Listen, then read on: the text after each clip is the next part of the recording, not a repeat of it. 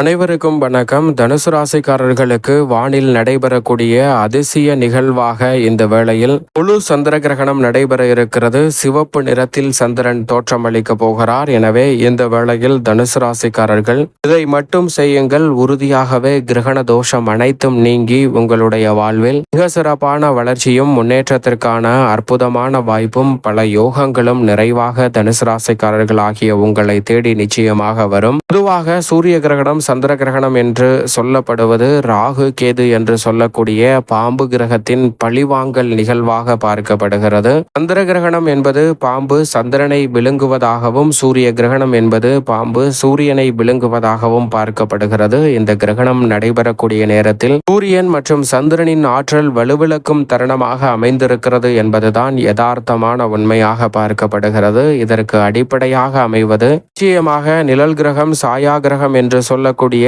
ராகு கேதுவின் பழிவாங்கல் நிகழ்வாக தான் பார்க்கப்படுகிறது. அதற்கு மிக முக்கிய காரணம் என்னவென்றால், பார்க்கடலை கடைந்து அதிலிருந்து அமிர்தத்தை எடுத்து தேவர்களுக்கு மோகினி அவதாரம் கொண்டு விஷ்ணு கொடுத்து கொண்டிருக்கக்கூடிய வேளையில் இதை கவனித்த ஒரு அசுரர் அந்த தேவர்கள் வரிசையில் தேவராக மாறி அமர்ந்து விடுகிறார். இதை பார்க்காத மோகினி அவதாரம் கொண்ட விஷ்ணு பகவான் அவருக்கு அமிர்தத்தை கொடுத்து விடுகிறார். அதை கவனிக்கக்கூடிய முடியாத அளவிற்கு கூட அவருடைய ஆற்றல் குறைகிறது. அந்த வேளையில்தான் சூரியனும் சந்திரனும் நீங்கள் கொடுத்திருப்பது அசுரருக்கு என்று எச்சரிக்க, அதை பார்த்தவுடன் மோகினி அவதாரத்தில் இருந்த விஷ்ணு அவரின் தலையை துண்டித்து விடுகிறார். தலை ஒரு புறமும் அதற்கு நேர் எதிராக உடல் ஒரு புறமும் சென்று விழுகிறது. அப்படி விழக்கூடிய வேளையில் அந்த அமிர்தத்தை பருகியதால் அந்த அமைப்பு என்பது சுபத்துவம் பெறுகிறது. தலை பகுதியும் உடல் பகுதியும் புனிதமடைந்திருப்பதால் இரண்டும் உயிரோற்றம் பெறுவதோடு மட்டுமல்லாது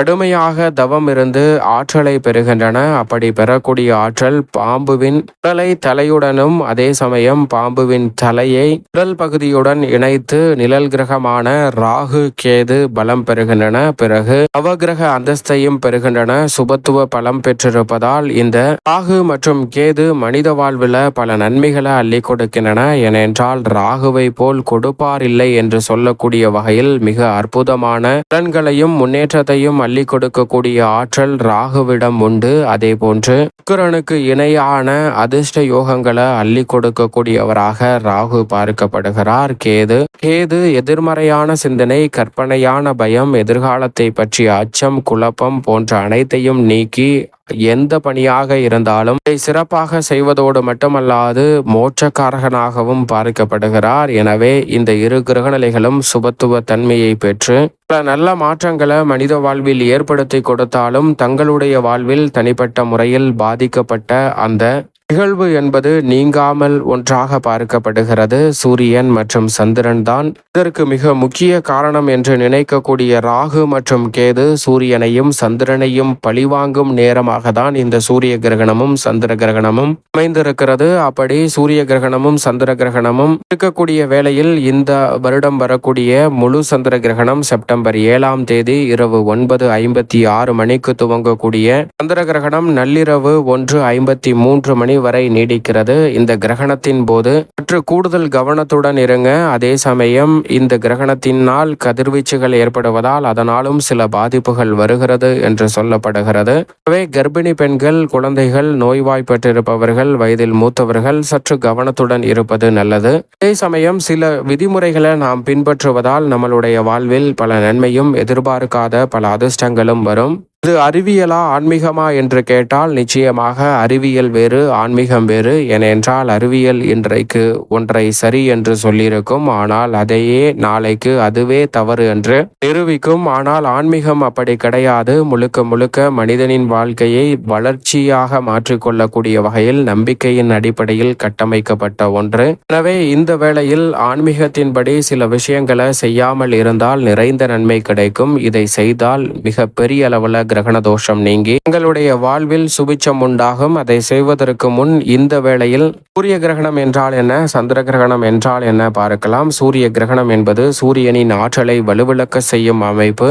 என்றால் சூரியன், சந்திரன், பூமி ஆகிய மூன்றும் ஒரே நேர்கோட்டில் வரும்போது சந்திரனின் நிழல் பூமியின் மீது விழுகிறது. அதாவது சூரியனினுடைய ஆற்றல் முழுமையாக பூமியை வந்து அடையாமல் சந்திரன் தடுத்து விடுகிறார். அதனால் சந்திரனின் நிழல் பூமியின் மீது பதிகிறது. எனவே சூரியனினுடைய ஒளி முழுமையாக கிடைப்பதால் சந்திரன் தடுப்பதால் பூமிக்கு முழுமையாக வந்தடைவதில்லை. இதன் காரணமாக தான் சூரியன் வலுவிழக்கும் தருணமாக பார்க்கப்படுகிறது. இது சூரிய கிரகணமாகவும் அதே சமயம் சந்திர கிரகணம் என்பது சந்திரனை வலுவிழக்க செய்யும் ஒரு அமைப்பாக பார்க்கப்படுகிறது. சூரிய ஒளியை வாங்கி பிரதிபலிக்கும் ஆற்றல் பெற்றவராக இருப்பவர்தான் சந்திரன். அப்படிப்பட்டவர் அந்த ஒளியை இழக்கும் தருணமாக தான் இந்த சந்திர கிரகணம் அமைகிறது. ஏனென்றால் சூரியன், பூமி, சந்திரன் ஆகிய மூன்றும் ஒரே நேர்கோட்டில் வரும்போது சூரியனுடைய ஒளி நேரடியாக சந்திரனை அடையாமல் பூமி அதை தடுக்கிறது. பூமியின் நிழல் சந்திரனின் மீது பதியும் போது சந்திரன் மங்களாகவோ அல்லது அதன் வெளிச்சத்தை இழந்து கருமையாகவோ தோற்றமளிக்கலாம் அல்லது ஒளிச்சிதறலின் காரணமாக சிவப்பாக தோற்றமளிக்கலாம். அப்படி நடைபெறக்கூடிய அதிசய நிகழ்வு முழு சந்திர கிரகணம் என்றும் சொல்லப்படுகிறது. அதே சமயம் பகுதி நேர சந்திர கிரகணம் என்றும் சொல்லப்படுகிறது. தற்போது நடைபெறக்கூடிய நிகழ்வு முழு சந்திர கிரகணமாக பார்க்கப்படுகிறது. எனவே இந்த தருணத்தை சரியாக பயன்படுத்திக் கொள்ளுங்கள். இந்த சந்திர கிரகணத்தின் போது கிரகநிலைகளின் அமைப்பு எப்படி இருக்கிறது என்பதையும் சற்று விரிவாக பார்க்கலாம். இந்த வேளையில் ராகுவுடன் இணைந்து மிக வலுவாக வெற்றிக்கே உரித்தான 3ஆம் இடத்தில் சந்திரன் வலம் வரும் போது இந்த சந்திர கிரகணம் நடைபெறுகிறது. அதே வேளையில் சுகஸ்தானத்தில் நிலை கொண்டிருக்கக்கூடிய சனியும் வக்ரத்தில் இருப்பதால் 3 கிரகநிலைகள் 3இல் இருக்கக்கூடிய ஒரு அமைப்பாக தான் பார்க்கப்படுகிறது. இதற்கு நேர் எதிராக 9ஆம் இடத்தில் சூரியன் ஆட்சி பலம் பெற்றிருக்கிறார். அவருடன் இணைந்து மோட்சக்காரகரான கேது, வித்யாகாரகரான புதன் ஆகிய கிரகநிலைகள் வலம் வரக்கூடிய ஒரு சிறப்பான அமைப்பாகவும் பார்க்கப்படுகிறது. இந்த கிரகணத்திற்கு பிறகு அதிரடியான மாற்றங்கள் ஏற்படக்கூடிய வாய்ப்பும் சந்தர்ப்பமும் தனுசு ராசிக்காரர்களுக்கு உண்டு. ராசியின் நாதர் வலுவாக 7இல் வீற்றிருக்கிறார். எதிர்பார்ப்புகளை மிகவும் சிறப்பானதாக மாற்றி அமைக்க போகிறாருங்க. அது மட்டுமல்லாது செவ்வாய் கர்மஸ்தானம் என்று சொல்லக்கூடிய 10ஆம் இடத்தில் வலுவாக வீற்றிருக்கிறார். அஷ்டமஸ்தானம் ஆகிய 8இல் சுக்கிரன் வீற்றிருக்கிறாருங்க.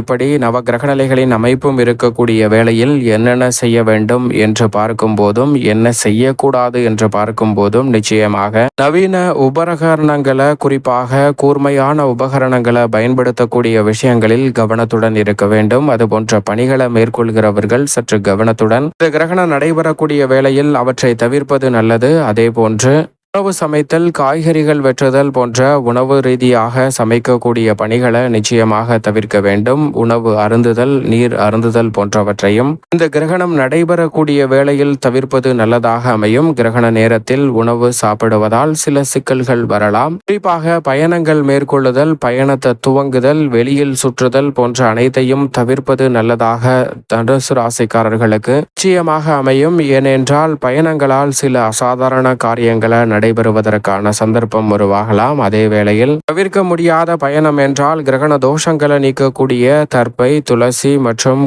கோரைப்புல் போன்றவற்றை உடன் எடுத்து செல்வதால் சில பாதிப்புகள் நிச்சயமாக குறைவதற்கான சந்தர்ப்பம் உண்டு. மங்களகரமான சுப நிகழ்வுகளை துவங்கக்கூடிய விஷயங்களில் கூடுதல் கவனத்துடனும் விழிப்புணர்வுடனும் இருங்க. ஏனென்றால் நீங்கள் எதிர்பார்த்தபடி சாதகமாக அமையாமல் போவதற்கான சாத்தியக்கூறுகள் தனுசு ராசிக்காரர்களுக்கு சற்று அதிகமாக இருக்கிறது. அதே வேளையில் என்ன செய்ய வேண்டும் என்றால் நிச்சயமாக கிரகணம் நடைபெறும் போது இறைவனின் ஆற்றலும் வலுவிழக்கிறது. எனவே நிச்சயமாக ஆலயம் மூடியிருக்கும். வீட்டில் இருப்பதுதான் சால சிறந்த ஒரு அமைப்பாக இருக்கும். அல்லது இரவு நேரம் என்பதால் தூங்குவது நல்லது, ஓய்வெடுப்பது நல்லது. அப்படி இல்லை என்றால் இறைவனை நோக்கி தியானம் செய்யுங்கள். நேர்மறையான எண்ணங்களுடன் பல பணிகளை வீட்டில் இருந்து மேற்கொள்ளுங்கள். மிக சிறப்பான மாற்றம் நிச்சயமாக கிடைக்கும். பொதுவாக அந்த கிரகணம் நடைபெறக்கூடிய வேளையில் அமைதியாக இருப்பது நல்லதாக இருக்கும். கிரகணம் நிறைவடைந்ததற்கு பிறகு நிச்சயமாக குளித்துவிட்டு வீட்டை சுத்தம் செய்வதால் கிரகண தோஷத்தினால் ஏற்படக்கூடிய பாதிப்புகள் உறுதியாகவே விலகி நல்ல மாற்றம் கிடைக்கும். கிரகணத்தின் போது வெளிவரக்கூடிய கதிர்வீச்சுகளால் சில பாதிப்புகள் வரலாம். எனவே கர்ப்பிணி பெண்கள் மற்றும் குழந்தைகள், நோய்வாய் பெற்றிருக்கிறவர்கள், வயதில் மூத்தவர்கள் சற்று விழிப்புணர்வுடன் இருப்பது நல்லதாக அமையும். அதே சமயம் இந்த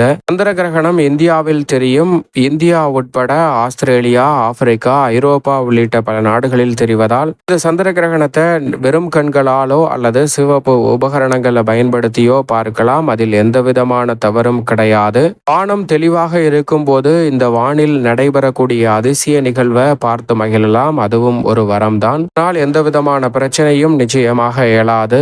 இது போன்ற அதிசய நிகழ்வுகளை நாம் வெறும் கண்களாகவே பார்த்து மகிழலாம். ஆனால் சில நிபந்தனைகளை மட்டும் கடைபிடிப்பது நம்மளுடைய வாழ்வில் நிச்சயமாக அற்புதமான கிரகண தோஷங்களை நீக்கி முன்னேற்றத்தையும் வளர்ச்சியையும் அள்ளி கொடுக்கும் என்பதில் எந்தவிதமான சந்தேகமும் வேண்டாம் என்பதுதான் யதார்த்தமான உண்மை தனுசு ராசிக்காரர்களுக்கு.